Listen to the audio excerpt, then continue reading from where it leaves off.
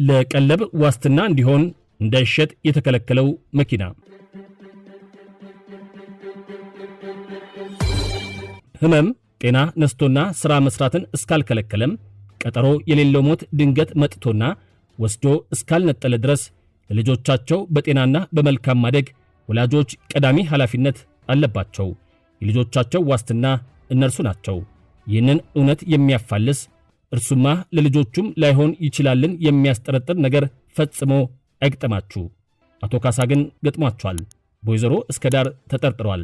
የጠረጠሩት ወይዘሮም እርሱ ለልጆቻችን በየወሩ እንዲከፍል የተቆረጠበትን ቀለብ ስለመክፈሉ ዋስትና ይሆን ዘንድ የግሉ የሆነው ተሽከርካሪ ልጆቹ 18 ዓመት እስኪሞላቸው ድረስ እንዳይሸጥ እንዳይለወጥ ተብሎ ታግዶ ወይም ተከብሮ እንዲቆይ ፍርድ ቤቱ ትዕዛዝ ይስጥልኝ በማለት ዳኝነት ጠይቀዋል።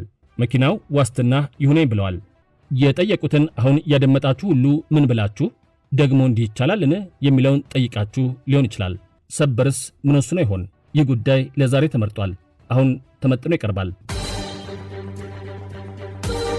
የነገ የሀገርና የዜጎች ተስፋ በዛሬ ሕፃናት በኩል ይታያል። የእነርሱ በሰላምና በመልካም ማደግ የዛሬ ጎልማሶች የነገ የእርጅና ዘመን ሸጋና ሰላማዊ እንደሚሆን ሀገርም እንደሚኖረን ዋስትና ይሆናል። አልሰማንም እንዳትሉ።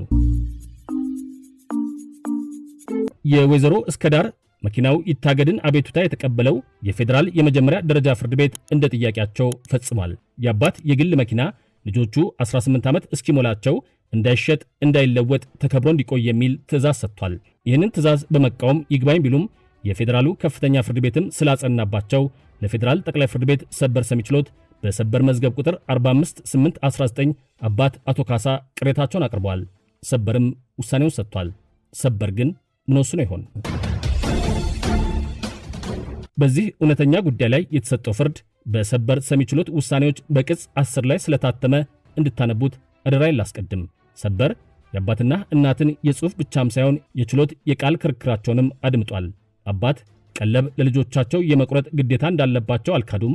ይሁን እንጂ ሕፃናቱ 18 ዓመት እስኪሞላቸው ድረስ መኪናው ሊታገድ አይገባም የሚሉት ለሌላ ዕዳ አከፋፈል መኪናውን ለመሸጥ ካሰቡ ችግር የሚፈጥር ነው በሚል ምክንያት ነው ያለው ሰበር እግዱ እንዲነሳላቸው ከፈለጉ ለቀለብ የሚውለውን ጥሬ ገንዘቡን ሙሉ በሙሉ ባደራ ሊያስቀምጡ የሚችሉበት መንገድ ካለ ተብለው በችሎት ተጠይቀዋል።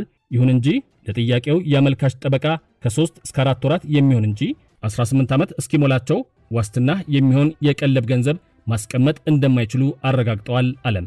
አከለናም ለሁለቱ ልጆች አሁን እየተቆረጠ ያለው ገንዘብ 18 ዓመት እስኪሞላቸው ድረስ ይበቃል ተብሎ ሊታሰብ የማይችል ነው ያለው ሰበር የአመልካች የግል ንብረት የሆነው መኪና ለቀለብ ጥያቄ አከፋፈል ዋስትና ይሆን ዘንድ እንዳይሸጥ እንዳይለወጥ መከበሩ ስለ ቀለብ የተደነገጉትን የቤተሰብ ሕግ ድንጋጌዎችና የሕፃናቱን ሕገ መንግሥታዊ መብት የሚያስከብር ነው የሚባል ካልሆነ በቀር መሰረታዊ የሕግ ስህተት አልተፈጸመበትም በማለት የስር ፍርድ ቤትን ውሳኔ አጽንቷል። ሕፃናቱ 18 ዓመት እስኪሞላቸው መኪናው እንዳይሸጥ እንዳይለወጥ የተሰጠው ትዕዛዝ ጸንቷል ብሏል። የዛሬውን